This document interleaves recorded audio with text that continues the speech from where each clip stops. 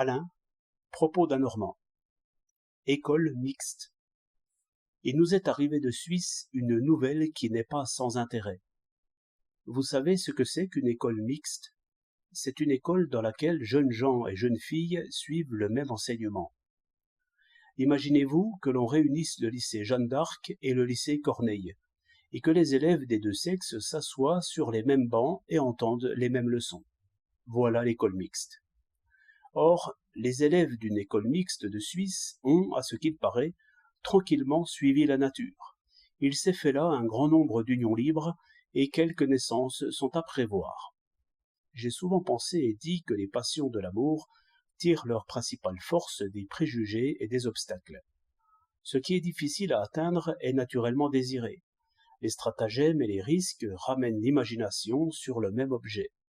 Les faveurs dérobées enivrent parce qu'elles sont espérées longtemps. Et enfin, les amoureux trop surveillés n'ont pas le temps de se connaître beaucoup, et l'amour joue au colin-maillard. Il y a du vrai dans tout cela. Il est vrai aussi que de telles mœurs font à la femme une situation qu'elle supporte difficilement. Si elle a l'âme noble et si elle aime la liberté, la femme est alors une espèce de captive que 1000 chevaliers voudraient arracher aux griffes du dragon.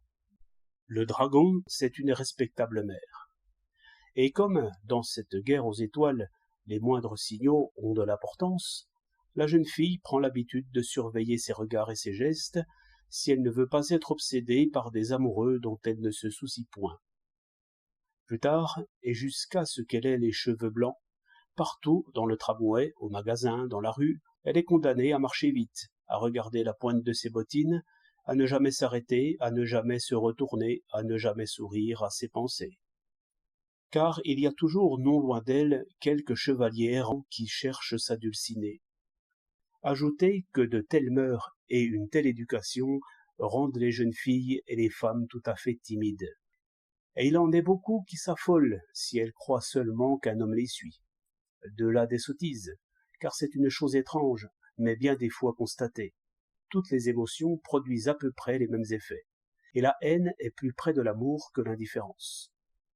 L'école mixte pouvait changer tout cela, accoutumer garçons et filles à se rencontrer et à se parler sans trouble, mettre enfin un peu de franchise et de lumière dans ces sentiments troubles, et un peu de raison et de critique dans les affaires de cœur.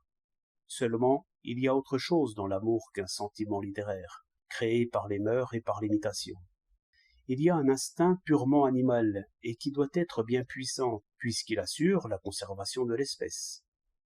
Vous savez ce qui arrive souvent à la campagne, où les garçons et les filles sont plus libres qu'à la ville.